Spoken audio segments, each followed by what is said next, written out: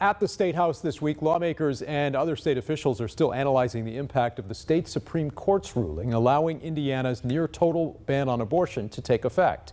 Our Steve Brown has more. Indiana was the first state to restrict abortion after the U.S. Supreme Court struck down Roe v. Wade last year. The state's so-called near total ban makes abortion illegal except in cases of rape or incest before 10 weeks. It also allows abortions up to 20 weeks when the fetus has a fatal defect or when a woman faces serious health risk or death. Planned Parenthood and the other plaintiffs had argued that Section 1 of the Indiana Constitution recognizes the right of liberty and it extends to individual bodily autonomy. Marion County Judge Heather Welsh agreed and in September issued the restraining order. A challenge of that order landed the matter before the state's highest court. The justices write Planned Parenthood's argument does not have a reasonable likelihood of success because the high court says liberty in the state constitution still permits the General Assembly to prohibit abortions except those necessary to protect a woman's life or health. In conclusion, the state Supreme Court lifted the injunction. ACLU Indiana's Kenneth Falk is disappointed with the ruling, but says it leaves open a challenge of the abortion law's narrow exceptions. I believe that gives us an opportunity to demonstrate to the trial court that, in fact, there are many situations where there is a serious medical need for an abortion that would still not be allowed by the law, thereby the law would be unconstitutional. As Steve Brown reporting, last week Senate President Pro Tem Rod Bray issued a statement saying, "We set out to pass a bill in the special session that would protect life and support mothers and babies, and that's what we did." He said it was always our intent to draft a bill that could withstand a constitutional challenge, and he says he's grateful to see Indiana's Supreme Court recognize that the General Assembly has the constitutional authority to protect unborn life. Last weekend, we also spoke with Democratic State Senator Shelley Yoder, who appeared at a prayer walk and protest outside the State House. That vocal supermajority who tend to set legislation and policy in the whole state actually don't represent in many cases the majority of Hoosiers. So I keep that in mind, and I hold sacred the fact that it's important that there are those who speak up for those who don't have power, who don't have a microphone or the abilities to advocate for themselves. When it comes to healthcare, when we begin banning healthcare for some populations, then we're going to diminish and pretty much remove access and quality healthcare for all Hoosiers. So this isn't just a fight for some, it's a fight for all. Meantime, another big court ruling last week came from the U.S. Supreme Court, which struck down President Biden's plan for student loan forgiveness, along with the court's decision to end affirmative action. Today, Washington correspondent Raquel Martin has a closer look at some of the efforts by Democrats to reform the court. Progressive Democrats are renewing calls for policies like court reform following the Supreme Court's decision to end affirmative action, block the president's student loan forgiveness program, and expand religious liberties. They say the court is out of step with the American people. Alexandria Ocasio-Cortez is demanding Congress and the White House step in after the Supreme Court handed down 3 court decisions last week that she says strip Americans of their fundamental rights. These are the types of rulings that signal a dangerous creep towards authoritarianism. On CNN's State of the Union, Ocasio-Cortez said Congress must ensure the new 6-3 conservative court is operating in an ethical manner.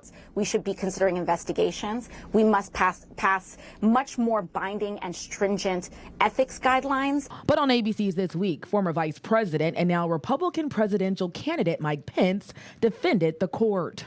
I'm so pleased to see the Supreme Court so strengthened by 3 of the conservative justices that we appointed this week live up to a vision for this country that is really grounded in freedom. President Biden is not endorsing calls to expand the number of justices on the court, but says he fears the harm their decisions could create. Is this a rogue court? This is not a normal court. The White House says it's looking for ways to work around the court's recent decisions. But Missouri Republican Senator Eric Schmidt, who led the charge against the student loan forgiveness program, says the president is again overreaching. There's a process in place.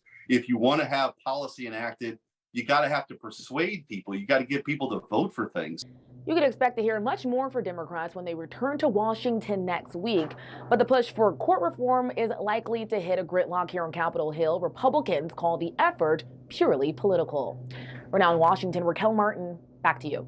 Raquel, thank you. In a statement on Twitter, Congressman Jim Banks said last week's Supreme Court rulings reminded us of the importance of appointing and confirming strong constitutionalist judges. He says, "I'll always oppose liberal activists who don't respect the rule of law," end quote. Banks, of course, running for the Republican nomination for U.S. Senate next year. This past week, I also spoke with the newest candidate to enter the Democratic primary for Senate, Indianapolis City County Councilor Keith Potts.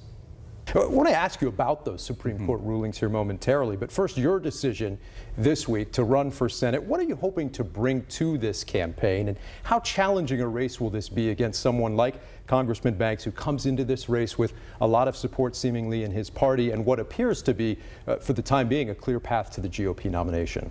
So, serving on the Indianapolis City County Council for the past several years, I've seen government working at its best when we're delivering results for folks, when we're responding to the needs of our communities. Unfortunately, when we see some of the bigger issues facing our country, we don't always see folks in Washington doing the same. So I'm hoping to bring the kind of community-focused, constituent service-focused energy that we've got here in Indy on our City County Council and bring that to Washington to get some things done for all of Indiana. Your primary opponent in the Democratic Party, Mark Carmichael, in a statement said, "I want to welcome Keith Potts to the race.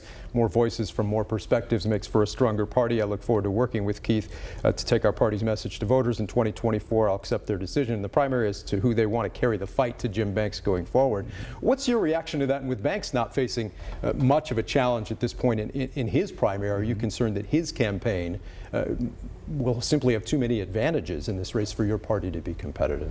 So, like you were saying, today's day one of my campaign. We're just getting started, and we've got a lot of folks that we're talking to, and I feel really confident about the message that we're going to carry out there to especially our Democratic primary voters, and I feel like we'll be able to rally the party around our campaign so that we can focus all of our energy on Jim Banks for next year. We mentioned some of those Supreme Court rulings and Banks's reaction to them. There was the abortion case at the state level, the series of rulings from the U.S. Supreme Court last week on student loans, affirmative action, and a number of other issues. If you're elected to the U.S. Senate, would you be among those in your party who feel the time has come for significant reform in the court, whether that involves more justices, if some have even proposed, or other reform measures? I think ethics reform for our Supreme Court is something that is badly needed. We've seen in much of the coverage lately just how questionable some of the ethics decisions are between the Supreme Court justices themselves and some of the folks who bring cases before them where they have a decision. But one place that I will somewhat agree with Jim Banks is that voting on Supreme Court justices is one of the most significant responsibilities of a United States Senator. And I would talk with a potential appointee of president of either party to make sure that they understand what is settled law, that they understand their constitutional sort of purview within the Supreme Court. And I gotta say, the ruling, as an openly gay man, the ruling that was really jarring to me was the case of a wedding designer bringing a charge about an issue that didn't actually exist, that ultimately is resulting in businesses potentially being able to discriminate against LGBTQ customers or clientele, and that should just send a shiver down the spine of anyone, not just someone from the LGBTQ plus community, but anyone who's ever felt different in a room. Every person, every Hoosier, every American deserves to live honestly, openly, and authentically in every space they're in. And of course, we saw that same controversy play out here in Indiana in 2015 with the RFRA law. What other issues would you want to bring to the U.S. Senate? And you spoke about this briefly earlier. How do you feel your experience at the local level would inform your campaign for federal office? So at the local level, we see the importance of securing federal funding in order to fund local programs and local initiatives. For example, the infrastructure package just recently is going to have a great impact on Indianapolis. Jim Banks didn't vote for it, but I have no doubt that he'll be at the ribbon cuttings for some of the new roads or bridges that'll happen in his district or throughout the state.